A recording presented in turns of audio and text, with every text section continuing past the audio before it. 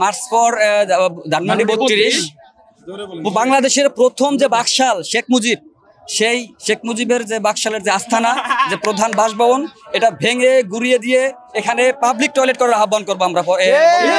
সরকার আছে বা পরবর্তীতে সরকার আসবে তাদেরকে আমরা বলবো, কারণ এখানে বসে ওইখানে এই ভারতে ওপারে বসে ভাবতেছে মনে হয় আমার একটা আস্থানা আছে ওখানে। আন্ডাইলে এইদিকে বিগত 5-6 মাস পরে শেখ হাসিনাকে আপনারা কোথাও কোনো জায়গায় দেখছেন? আজকে একটা ভোক্কা মারছে যে আমরা একটা লাইভে আসবো, কথা বলবে, ঠিক আছে? এই যদি কোনো তার কোনো অস্তিত্ব বাংলাদেশে রাখা হবে না। তরুণ প্রজন্ম আওয়ামী লীগের কোনো অস্তিত্ব, শেখ হাসিনার কোনো অস্তিত্ব বাংলাদেশে রাখবে না।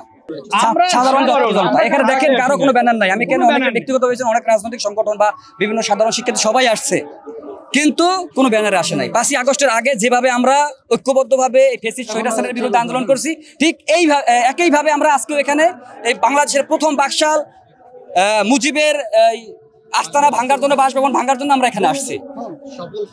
ইনশাআল্লাহ যদি কেউ বাধা দেয়, বাধা দিলে বাঁধবে লড়াই, বাধা দিলে বাঁধবে লড়াই। ছাত্র জনতারে যেভাবে প্রথম কিন্তু বৈষম্য বিরোধী ছাত্র আন্দোলন, কোটা বিরোধী আন্দোলনে আমরা সাধারণ শিক্ষিতরা যখন আন্দোলন করেছিলাম, প্রথম 5-10 দিন কিন্তু আমাকে বাধা দেয় নাই, কিছুক্ষণে আন্দোলন ঠিকভাবে চলছিল। যখনই আমাদের বাধা দিছে তখনই কিন্তু বাঁধছে লড়াই, তখনই কিন্তু আমরা এই আন্দোলন সংগ্রামে ব্যাপকভাবে ছড়িয়ে পড়ছে। ঠিক ওইভাবে আজকেও যদি কেউ আওয়ামী লীগের দোসর বা আওয়ামী লীগের শুভাকাঙ্ক্ষী বা আওয়ামী লীগের দালাল যাই বলেন আপনারা, যদি কেউ বাধা দিতে আসে, যেই বাধা দিতে আসুক, আমি মনে করবো সে আওয়ামী লীগের দালাল। এবং এই আওয়ামী লীগের দালাল রে এই বাংলাদেশের তরুণ প্রজন্ম কখনো মানবে না, কখনো তারা তাদের সাথে একসাথে চলবেও না। সরকারকে মাঝে মাঝে বলি প্লাস্টিক সরকার এবং পেঠা উৎসব সরকার, কারণ এই আন্দোলনের পরে এই সরকার আমাদের সর্বপ্রথম যেটা করা উচিত ছিল, আমরা এই আন্দোলন শুরু করছি কোঠা বিরোধী আন্দোলন। এই কোঠা বিরোধী আন্দোলন কোন কারণে? চাকরির জন্য। বেকার শিক্ষিত যুবকরা যারা চাকরি পাইতেছিল না, কোঠার জন্য বিভিন্ন কারণে বেকারত্ব। কই আমাদের ছাত্র প্রতিনিধির থেকে 2 জনকে আমরা উপদেষ্টায় পাঠাইছি, 3 জন। তারা এই বেকারত্বের জন্য এবং এই কোঠা সংস্কারের পরবর্তীর জন্য চাকরির জন্য কোনো পদক্ষেপ নিয়েছে? আমি এখনো দেখি নাই। আমি এটার ব্যাপারে ফেসবুকে অনেকবার লেখালেখি করছি। আচ্ছা, এই ব্যাপারে আপনি কি মনে করেন? মূলত আমরা ছাত্ররা মনে করতেছি এটাই যে এখানে অনেকে আছে, আহত আছে, বিভিন্ন ধরনের হসপিটালে আছে, অনেক হসপিটালে, যে বর্তমান যে সরকার আছে এটা এখন পর্যন্ত তাদের কোনো উদ্যোগে তাদের সুবিধার জন্য তাদের এখন পর্যন্ত চিকিৎসা নেই। এই জন্য আমরা সবাই সমালোচনা করি।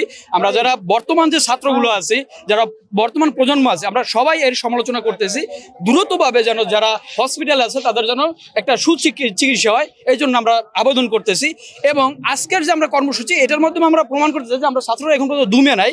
যদি কেউ এটা চেষ্টা করে যে আমাদেরও দুমাই দেবে, এটা কখনোই সম্ভব না। অবশ্যই আমরা তাদেরকে কোথাও পাইতেছি না। যারা লিফলেট করতেছে, নিজের ফ্যামিলিতে ছেলে বাপকে দিচ্ছে, বাপ ছেলেকে দিচ্ছে, এইভাবে কিছু লিফলেট বিতরণ করতেছে। আমরা রাস্তা থেকে মনে হয় ইদানিং একটা জিনিস দেখছেন, মনে হয় যে যুক্তরাষ্ট্রে একটা প্রবাসীরা মানে একজন ভিতরে ঢুইকে দোকানের ভিতরে আরেকজনের লিফলেট দেয়, ওই লিফলেট আরেকজনে গ্রহণ করে।